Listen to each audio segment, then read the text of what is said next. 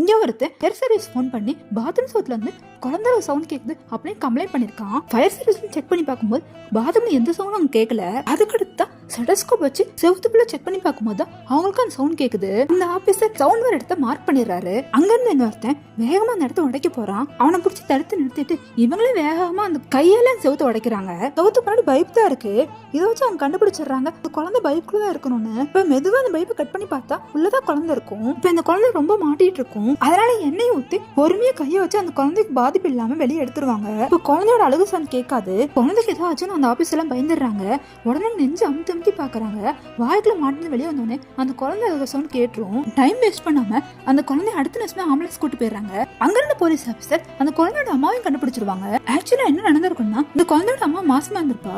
தெரியாம பாத்ரூம் போகும்போது அந்த குழந்தை பிறந்திருக்கும். கூட ஆள் இல்லாதனால அவ்வளவு சீரியஸா தான் இருக்கா. இப்ப அந்த குழந்தைய அவங்க அம்மாவையும் கரெக்டா அந்த ஆபீசர் காப்பாத்திடுறாங்க. அந்த குழந்தைக்கு அவங்க அம்மாவோட சப்போர்ட் கிடைக்கிறதுக்காக அந்த ஆபீசர் அந்த பொண்ணு கை எடுத்து அந்த குழந்தைய கொடுத்தோன்னே அந்த குழந்தை இருக்கும் பிடிச்சிக்குது. இதை பார்த்தோன்னே அந்த ஆபீசர் எல்லாம் சந்தோஷப்படுறாங்க. இந்த வீடியோ பிடிச்சா சப்ஸ்கிரைப் பண்ணிக்கங்க. யாருக்கெல்லாம் அம்மா பிடிக்குமோ கமெண்ட் பண்ணுங்க.